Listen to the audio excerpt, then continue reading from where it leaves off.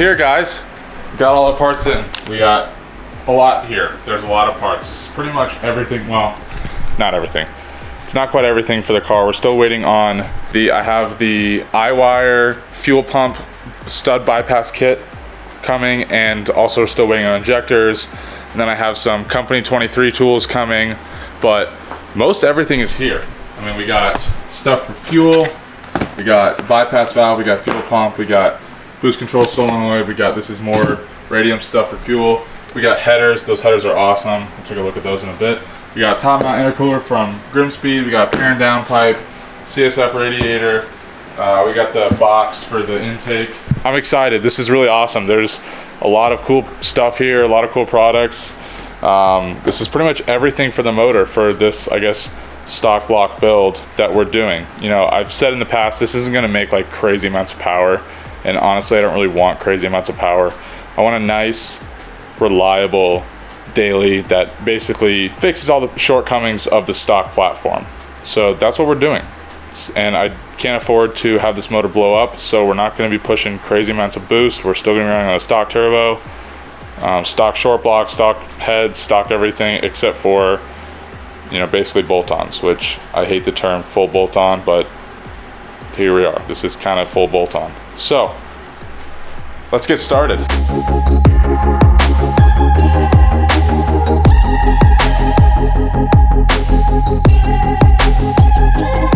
I just totally forgot. I don't have anything to drain fluids with. My oil pans are full. So let's go fix that.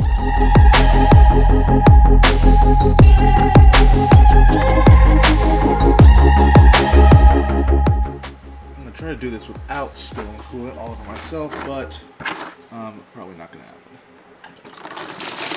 Like I said, probably not gonna happen. Good grief. Next step is start pulling this stuff off, get this upper radiator hose out, get the radiator out, unplug everything here, and start pulling the fans out.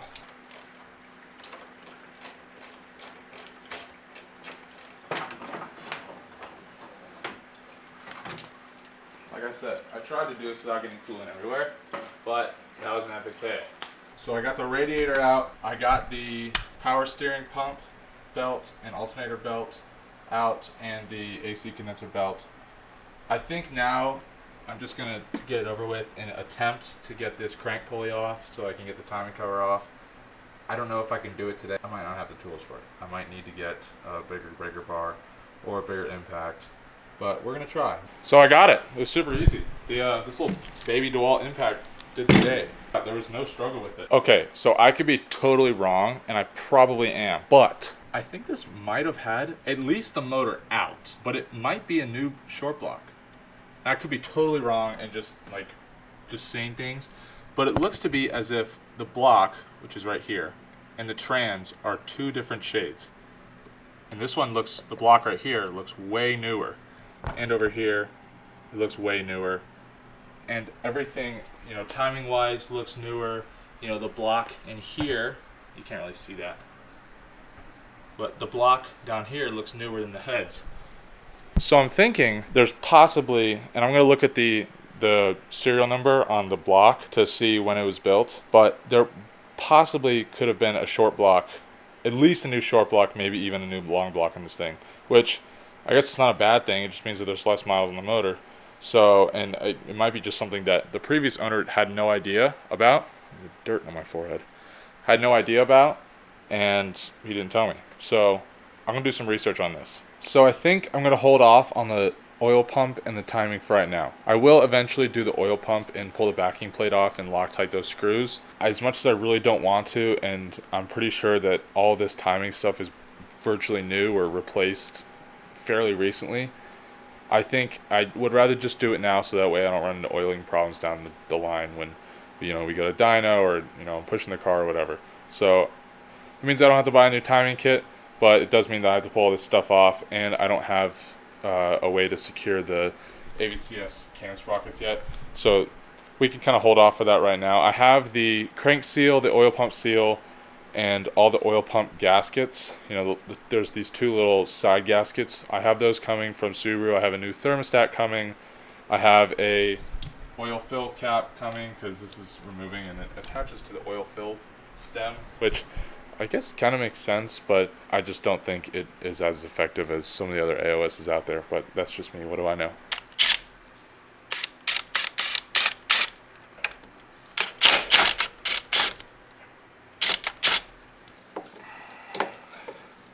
There we go.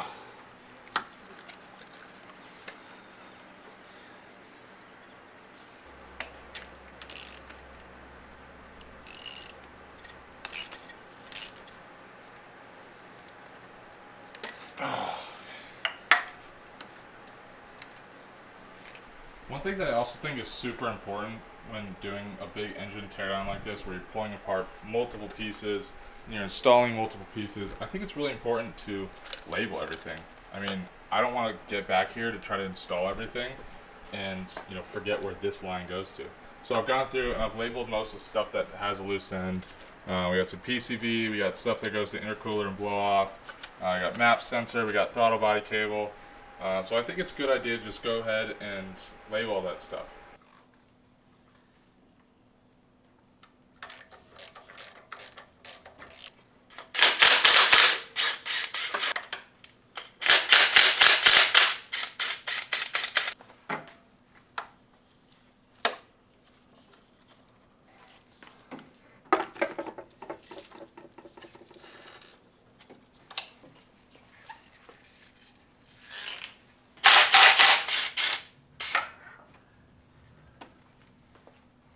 So I've been working at this for a little while now, and I can't seem to get this woodruff key off. It's pretty stuck on there, and I think what I need to do is I need to remove these headers and remove this coolant pipe so I can get a little bit more access to it with a screwdriver and a hammer from down there. And once I do that, hopefully it'll come off easier. I'm not going to remove the water pump because I don't need to. I just want, the only thing I'm removing here is getting this oil pump out, so I can make sure that I get those backing plate bolts tightened down and Loctited, and then I can put this all back together. It's time to get these headers off. They gotta come off anyways. So I'm gonna get these off and try again at that woodruff key. So it was a battle, but we got it. We got the headers off. I'm not sure if I did it the right way, but I don't really care because they're off. I did, so the issue I was running into is where the header connects to the up pipe is this right here. And there's basically, I don't have the bolts, but there's a bolt that goes through here, through both pieces, and then there's a nut on the other side. Problem is, I can't get the ratchet at it from up top. I can only get at it from the bottom, but if you see, this little flange, let's see if I can get it. This little flange right here that shrouds the O2 sensor doesn't allow for the socket to fit. It doesn't go on. It doesn't seat well in the nut.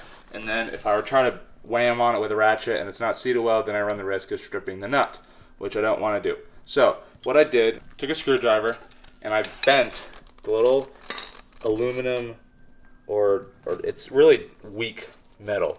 I basically bent it out of the way so that I could get the socket around the nut like this. And then I just zapped it off with an impact. Hit it with a little PB blaster and zapped it off with impact. We can finally do what we originally wanted to do, which was get this woodruff key out of the crankshaft and then get the oil pump off. Booyah.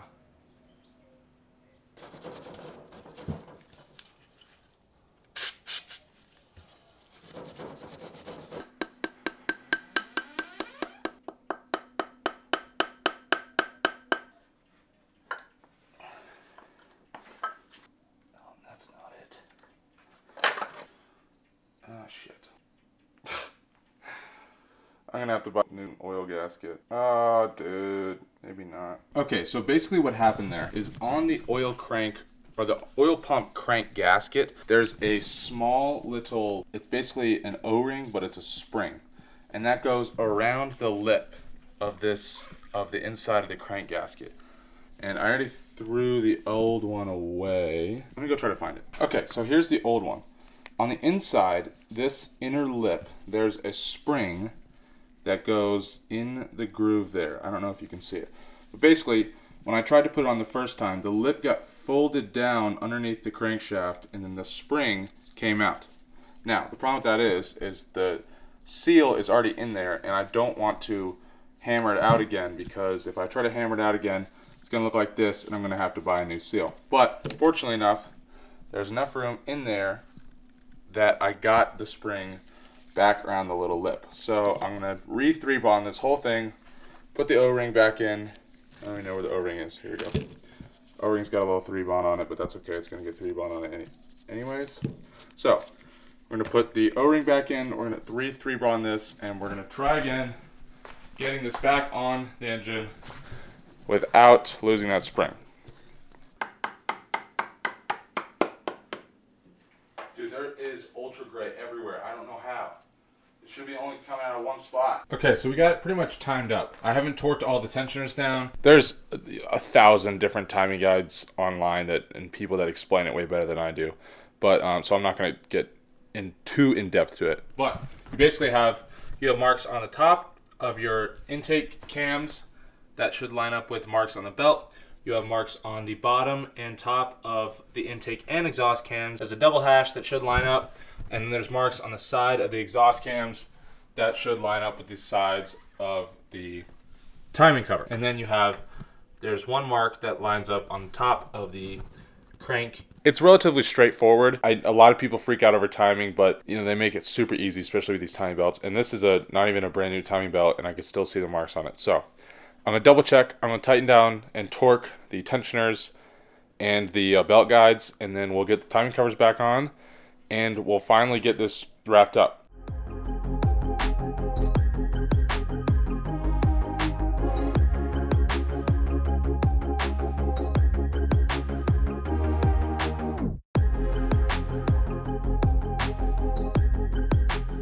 So I've gotten everything buttoned up. Awesome, dude. This is actually a huge relief for me, because this was the biggest thing I was worried about, is all these little maintenance things that I had no idea wouldn't have been done the last, and I didn't want to throw this car in a dyno feeling nervous that the oil pump was going to go, or the timing belt was going to go, or anything of that nature was going to go, because those are relatively cheap components in the long run, but very expensive consequences. What I think I want to do next is I want to take a break from stripping off old stuff on the car. I want to kind of start mocking up the fuel rails and the fuel lines and the injectors. That's kind of what I have to dive the deepest to do that. I've got to pull the manifold off, I've got to pull the inlet out, I've got to pull all the old fuel lines out. So that's kind of the next big thing to do. So I want to get all the new parts in and kind of get those mocked up and see what they look like. For fuel rails, I'm going to go with the Radium Engineering fuel rails. I mean, they're just awesome looking. They have spot for a fuel damper down here, so I might need to get some fuel dampers, but it comes with all the other hardware. It comes with the spacers, and also for injectors, I'm going to be using the AUS 1000cc. I just figured I needed much more than 1,000.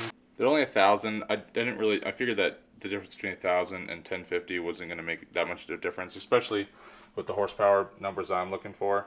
So they kind of sit in the fuel rail sits on the TGV housing like this. And then on the bottom of the ejector sits in there like this. I don't know if you can see that. So it's really easy the way they go together. I'm gonna have to figure out what fuel pressure I want to set the reg at, because I also have the other part to this is I'm doing a full parallel system also from Radium. I'm not going to get all this out yet just because I don't want to pull out all the hoses until I'm actually ready to install them, but these we can kind of assemble right now, at least for kind of mock them up and see how they fit together.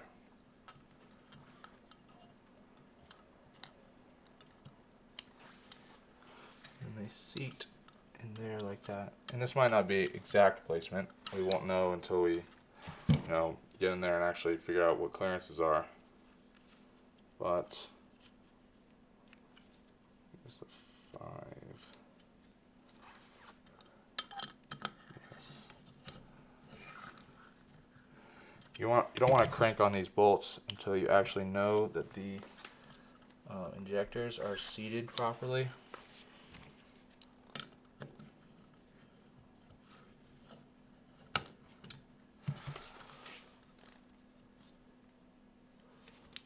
that's good enough.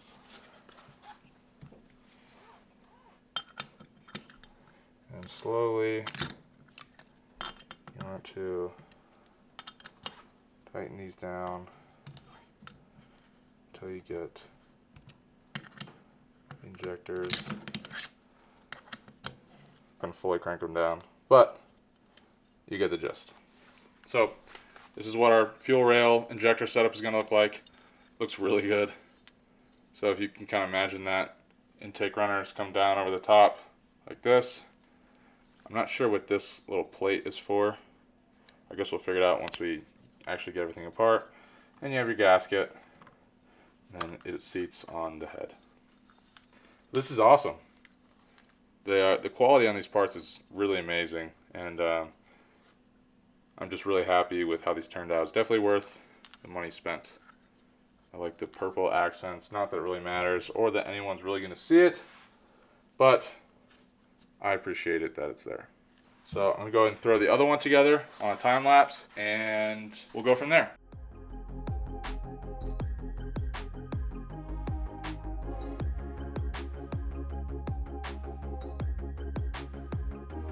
So here we go. We got them both done. They look awesome. I'm really happy. I really feel like we're starting to move along with this build. I know it's really been slow, like content-wise, but there has been a lot of waiting, and there has been a lot of behind-the-scenes research being done, and I actually feel like we're starting to make progress. I mean, we got a lot done over these past couple of days, and I'm super excited to actually start to dig into these parts. There's so many parts we have, and it's gonna be awesome. It's not gonna be like the craziest 1,000 horsepower Lambo killer build out there, but it's gonna be fun, and it's gonna be an old Subaru that doesn't blow up. Fingers crossed. So I'm super excited to get this going. I think that might be it for this one. I'm gonna get started working on the next one. I'm gonna go down to Subaru on Monday and pick up the gaskets required to finish up the headers, and hopefully in the next one we can get the headers on and the downpipe and the uppipe and all that stuff on, and get little by little one step closer to first startup. So I appreciate you guys all for watching, and we'll see you in the next one.